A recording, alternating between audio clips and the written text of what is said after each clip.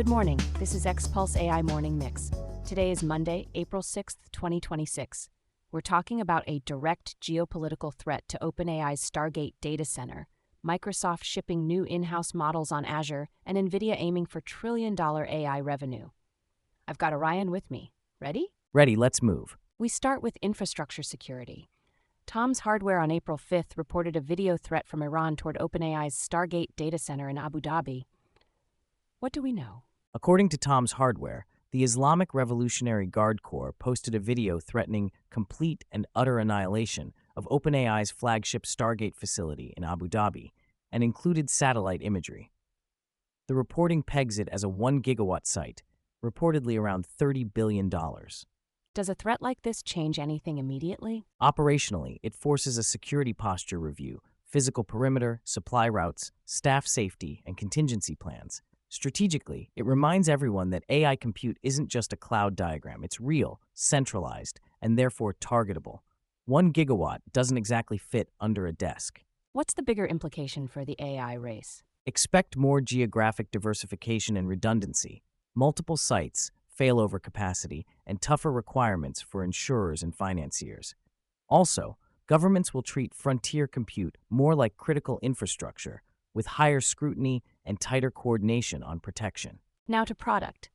Digital Trends on April 4th says Microsoft just put 3 in-house MAI models into public preview via Microsoft Foundry on Azure. What shipped? 3 models: MAI Transcribe 1 for speech-to-text accuracy, MAI Voice 1 for fast voice cloning and generation, and MAI Image 2 for image generation. The headline is Microsoft building more first-party foundation models alongside its OpenAI partnership, then wiring them tightly into Azure for developers and enterprise customers. Is this Microsoft hedging against OpenAI dependency? It's a hedge and a product strategy. If you own the model, you can tune for enterprise needs, latency, data handling, compliance, and control unit economics. It also gives Microsoft leverage. Even when customers want AI, they might not care whose weights, as long as it's reliable and integrated. Where do you expect these to show up first? Anywhere Microsoft already has workflow gravity: Copilot experiences, contact centers, meeting transcription, and creative tooling inside enterprise apps. If your calendar invites suddenly start sounding unusually polished, that's just the new stack settling in. Let's talk chips. Indexbox on April 5th reported Nvidia forecasting up to $1 trillion in AI-related revenue by 2027 after a strong fiscal 2026. What's driving that confidence? Indexbox points to Blackwell GPU momentum and massive data center demand. The report cites about $62.3 billion from the data center segment, up roughly 75% year over year. Nvidia is also prepping further launches aimed at agentic AI, systems that do multi-step work on your behalf. $1 trillion sounds cinematic. Is it plausible? It's aggressive, but the direction matches reality. More tokens, more agents, more inference, more training. The constraint isn't imagination, it's power, networking, and supply chain throughput. If AI shifts from chat to fleets of agents, compute curves bend upward fast. What should listeners watch in the next quarter or two? Watch gross margins and delivery timelines, plus signs that demand is broadening beyond a handful of mega buyers. And keep an eye on new product cadence. Nvidia wins when the platform story stays ahead of the workload story. Money flows next. Indexbox analysis on April 5th claims AI-focused startups pulled roughly 2/3 of U.S. venture capital in 2025. What's the pattern? Capital is concentrating around perceived category leaders. Indexbox frames it as widening valuation dispersion. A small set of AI narrative companies get very high demand, while strong non-AI startups see thinner appetite.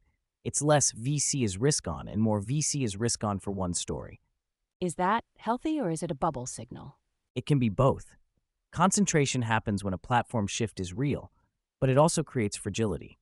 If a few leaders stumble, portfolios correlate. Meanwhile, underfunding non-AI basics like logistics, manufacturing software, or healthcare ops can create opportunity for patient capital. Any practical implication for founders pitching right now? Clarity beats buzzwords. If you're AI native, prove distribution and unit economics. If you're not, show how you're defensible without stapling agentic onto a normal product. Investors are allergic to vibes-only decks, suddenly very scientific overnight. Still on markets, the Financial Times on April 6th reports private equity buyouts slumped. Acquisitions were $172 billion in the 3 months to March, down 36% from the prior quarter. What's behind the pullback? The Financial Times pins it on two big uncertainties: geopolitical risk and AI-driven disruption. For buyouts, the whole playbook assumes you can forecast cash flows and operational improvements. If AI might rewrite a sector's margins in 18 months, underwriting gets a lot harder. Which types of businesses become unattractive in that world? Anything with labor-heavy cost structures and low differentiation, where automation can quickly commoditize service delivery. Also, businesses dependent on information asymmetry. If AI makes comparison and switching easy, pricing power evaporates. PE will still do deals, but with more diligence on AI defensibility. So, where does the money go instead? More carve-outs around data, distribution, and regulated moats, and more infrastructure-adjacent plays that benefit from AI build-out. When uncertainty rises, people buy the toll roads, not the sports cars. Let's hit a few more stories that matter fast, starting with tools developers can actually use today. On April 4th, MarkTech Post wrote that Netflix open-sourced Void, a video model that removes objects from clips while preserving physics, weights and code included. Also April 4th, BGR reported Representative Alyssa Slotkin introduced a bill to restrict federal AI use, including a mass surveillance ban and banning AI from lethal kill decisions. Staying practical, what are security teams doing about all this adoption? On April 6th, HelpNet Security summarized an RSIC report. Overall security spending is relatively flat, but CISO budgets are being reallocated toward AI initiatives, governance, leakage prevention, insider misuse, and model integrity. Translation: fewer shiny tools, more guardrails. And on the infrastructure side, who's spending where? On April 6th, Asia Tech Review reported Microsoft pledging major investments across Asia, $5.5 billion in Singapore through 2029 and $1 billion in Thailand over 2 years, plus other regional expansion. It's Azure capacity chasing demand and regulation-friendly local footprints. Consumer distribution is getting messy too. What happened with Apple? On April 4th, Storyboard 18, citing the San Francisco Business Times, said AI startup XHuman sued Apple over App Store removals of Botify AI and Photify AI, alleging about $500,000 in lost revenue and anti-competitive motives. It's another reminder: platforms still control the spigot. Last one, any funding worth noting? On April 4th, Tice News reported Indian voice AI startup Nani.ai raised $10 million, led by Avishkar Capital and InfoEdge Ventures.